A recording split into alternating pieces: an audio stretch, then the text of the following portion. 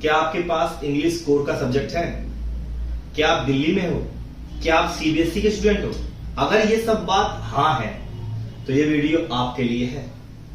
ये वीडियो में आप जानेंगे जितने भी चैप्टर्स हैं आपके सिलेबस में, उन सभी की हिंदी की stories. If you know how to translate तो that's video for you. And definitely अगर आप ट्रांसलेट कर सकते हैं तो इस स्टोरी को सुनने के बाद आपको किताब दोबारा पढ़नी नहीं पड़ेगी। यही स्टोरी दिमाग में बैठा लीजिएगा और जो भी आपका एग्जाम होने वाला है 12वीं क्लास में, इस 2023-24 के सेशन में आपका इंग्लिश का रिजल्ट बहुत ही बेहतरीन जाएगा। बिना किसी देरी के चलते हैं अपनी पीडीएफ पर और आपके सामने वो क्वेश्चंस, वो समरीज जो मैं आपको पीडीएफ के थ्रू बताऊंगा, वो सब आपको इसमें मिलने वाली है। तो चलते हैं अपने लैपटॉप पर और देखते हैं आपकी वो स्टोरी।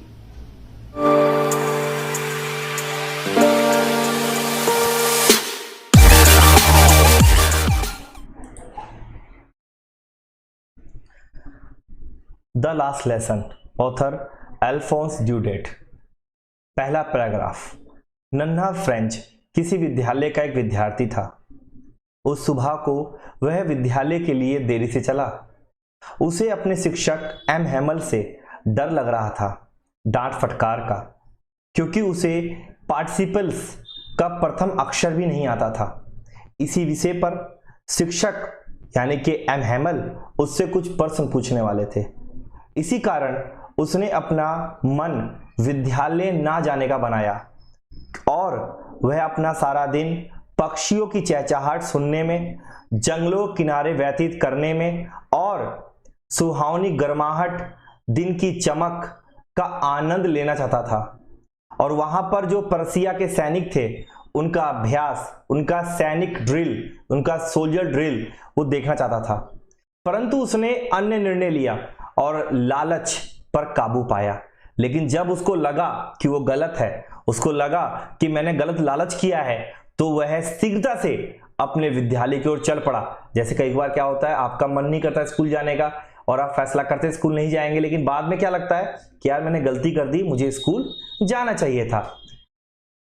उसके बाद क्या होता है, सेकंड पैराग्राफ। अपने विद्यालय के रास्ते में फ्रेंच टाउन हॉल के सामने से गुजरा। वहां पर उसने एक भीड़ को कुछ खबरें बुलेटिन बोर्ड के सामने पढ़ते देखा। उसके मन में सवाल तो था कि क्या पढ़ रहे हैं, क्योंकि यह स्थल पिछले 2 वर्षों के लिए बर्लिन से खबरें अथवा आदेश प्राप्त करने का स्थान रहा था। यानी कि अगर बर्लिन से कोई आदेश आता था तो सभी लोग वहां खड़े होकर उस बोर्ड को, बुलेटिन बोर्ड को पढ़ते थे। वह शीघ्रता से विद्यालय की ओर कदम बढ़ा रहा था, परंतु उसे वॉचर नाम के एक लोहार ने यह कहकर पुकारा, बच्चे इतना जल्दी मत चलो, तुम्हें अपने विद्यालय पहुंचने के लिए अभी बहुत समय है। मतलब तुम्हारे पास अभी टाइम है, आप आराम से जाओ, विद्यालय पहुंच जाओगे। लेकिन फ्रेंच बिना परवाह किए हुए, हांफते हुए एम हैमल के छोटे से बाग में पहुंच गया, क्योंकि स्कूल के पास में ही एम हैमल का छोटा सा बाग था। वो वहां पहुंच गया और हम पहुंच गए थर्ड पैराग्राफ पे। जब विद्यालय आरंभ होता था तो वह प्राय वहां पर बहुत ही शोरगुल एवं हलचल होती थी। यानी कि उसको रियलाइज हो रहा है कि जब नॉर्मल डे में स्कूल शुरू होता था तो वहां बहुत चहल पहल हलचल होती थी, परंतु उस दिन सब कुछ रविवार की सुबह की तरह शांत था।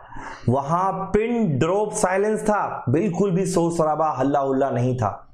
अन्य दिनों डेस्कों का खुलना बंद होना, एक स्वर में जोर से पाठों का दोहराना काफी कुछ विपल पैदा करते रहते थे। मतलब कहीं ना कहीं मन में धारणा पैदा करते रहते थे कि क्लास चल रही है, पढ़ाई चल रही है, याद करा जा रहा है, पढ़ाया जा रहा है, ये सब बातें होती थी। फिर क्या हुआ, शिक्षक के बड़े रूलर का मेज पर ठटकाना। जब शिक्षक अपने बड़े से डंडे को मेज पर जोर जोर की ठटकाते हैं, वो बंद था। मतलब ऐसा कोई शोरगुल नहीं था जैसे टीचर आमतौर पर डंडा अपने डेस्क पे बजाते हैं, ऐसा कोई भी चक्कर नहीं था। अतः उस दिन विद्यालय में शांति थी। खिड़की से फ्रेंच ने अपने सहपाठियों को, अपने क्लास फेलो को, अपने क्लासमेट्स को अपनी ही जगहों पर बैठे देखा। उसका शिक्षक आगे से पीछे और पीछे से आगे टहल रहे थे। फ्रेंच अपने ही विचारों में खोया हुआ था, क्योंकि उसे दरवाजा खोलना था और सभी के सामने अंदर जाना था। अतः फ्रेंच शर्म से लाल और घबराया हुआ था, परंतु कुछ भी नहीं हुआ और वह अपनी कक्षा में बैठ गया। एम हैमल ने उसे देखा और कहा कि वह कृपया अपनी सीट पर बैठ जाए, क्योंकि वह उसके बिना पाठ आरंभ कर रहे थे। एम हैमल इस प्रकार के अध्यापक थे कि वो इस बात को कह रहे हैं कि अब तुम लेट आए हो, कोई बात नहीं, मेरी सीट पर बैठ जाओ, मैं तुम्हारे बिना ही पाठ को आरंभ करने जा रहा था।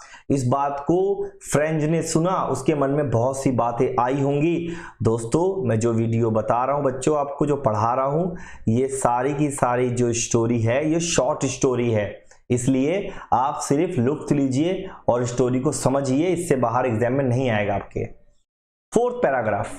फ्रेंच अपने डेस्क पर बैठ गया और अपने भय पर काबू पाया। उसने अपने शिक्षक को सुंदर हरे कोट, झालर वाली कमीज, एक छोटी सी काली टोपी सिर पर पहने देखा।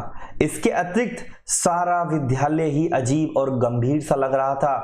परंतु फ्रेंच बुजुर्ग ग्रामीणों को पिछले बेंचों पर शांत बैठा देखकर अत्यधिक चौंक गया, सरप्राइज हो गया हो। यह बेंच सदैव ही खाली रहती थी। इसके अतिरिक्त और भी बहुत से आदमी थे, जैसे भूतपूर्व महापौर, भूतपूर्व डाकपाल आदि। एम हैमल अपनी कुर्सी के सहारे खड़े हुए और अपनी गंभीर और लघु विनम्र आवाज में बोलने लगे, मेरे बच्चों, यह मैं आपको अंतिम पाठ पढ़ाऊंगा। इसी कारण चैप्टर का नाम है द लास्ट लेसन। बर्लिन से आदेश आया है कि अल्सेस और लॉरेन के विद्यालयों में केवल जर्मन भाषा ही पढ़ाई जाएगी। कल नए अध्यापक महोदय यहां आ जाएंगे। यह आपका अंतिम फ्रेंच भाषा का पाठ है। मैं चाहता हूं कि आप सभी ध्यान पूर्वक सुने।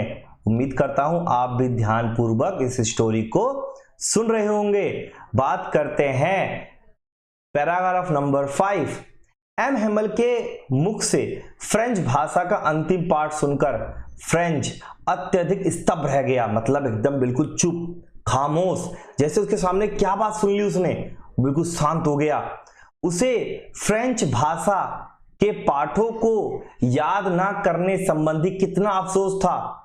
मतलब अब उसके दिल में बड़ा अफसोस था कि मैंने क्यों फ्रेंच भाषा का पाठ याद नहीं किया। इससे पहले उसने अपनी किताबों और व्याकरण तथा इतिहास में कभी भी अपनी रुचि नहीं दिखलाई थी। अपनी पुस्तकों को, जिन्हें वे कुछ समय पूर्व तक एक महा उत्पात समझता था, मतलब जैसे कई बच्चे समझते हैं ना, किताब हाथ में आते ही नींद आने लगती है, जैसे लगता है किताबें उन्हें लोरी सुना रही है, तो इसको भी ऐसी लगता था, फ्रेंच को भी।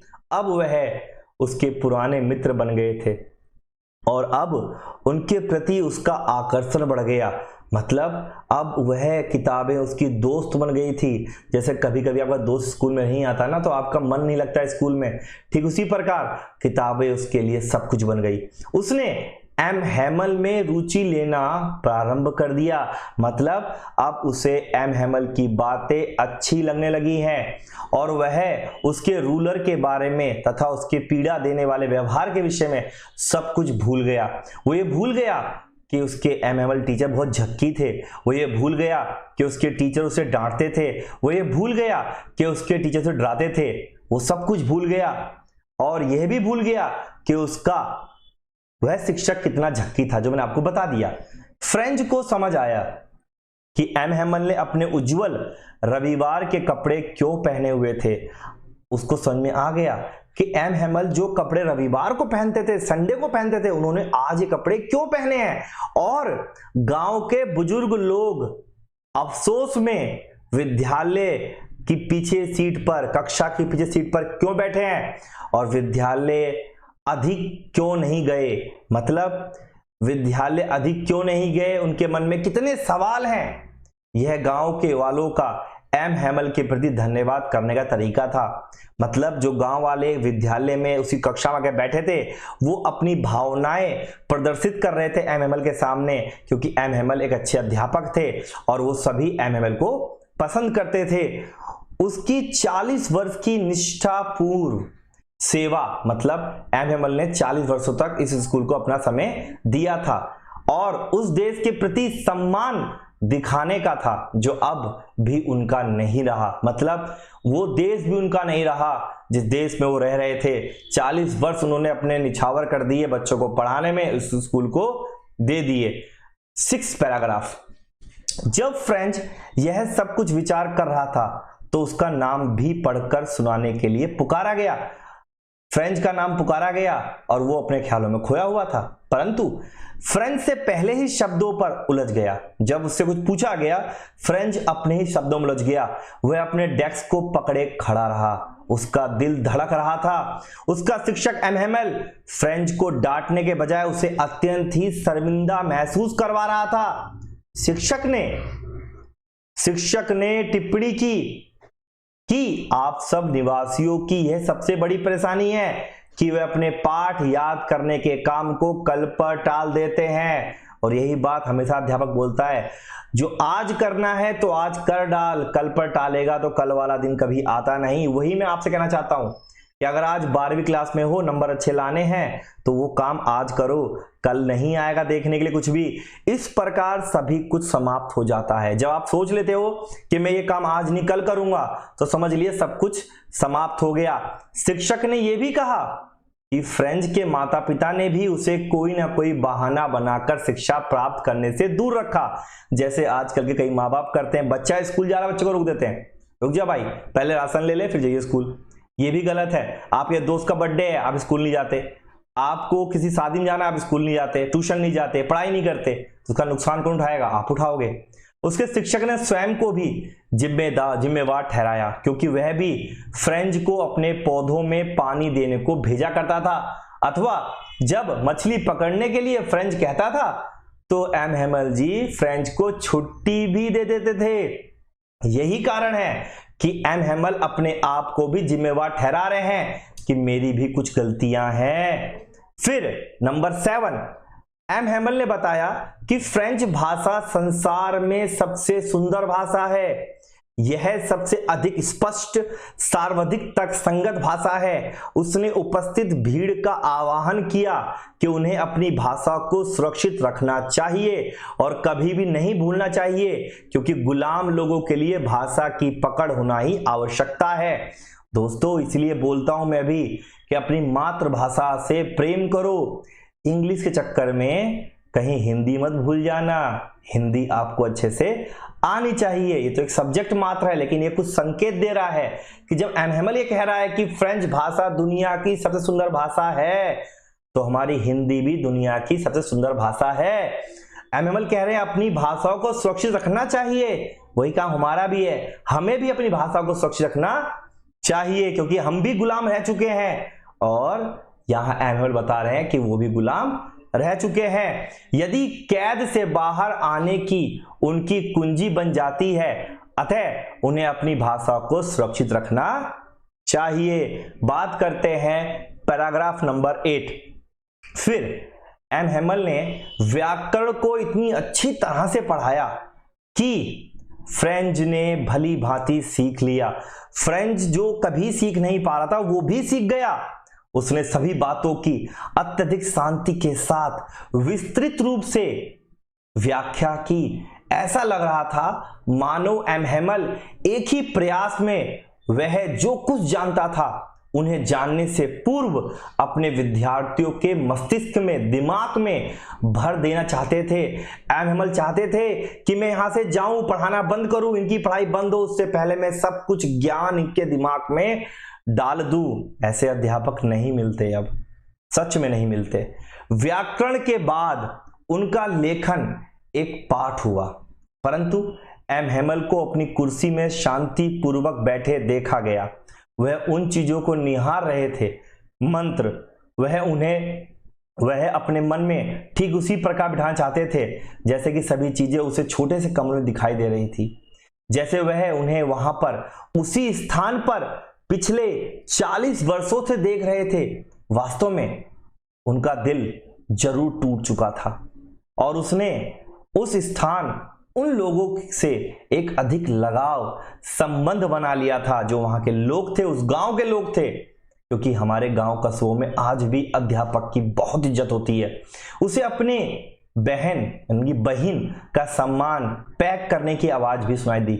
उसे आवाज सुनाई दी कि एमएमएल की बहन आवाज दे रही है सामान पैक करने के लिए, क्योंकि अगले दिन उनको देश अवश्य छोड़ना था।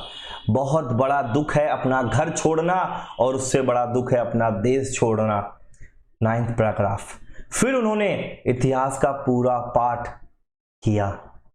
तब छोटे बच्चों ने गाया गाना कि अपना बा बे बी बी बू बो।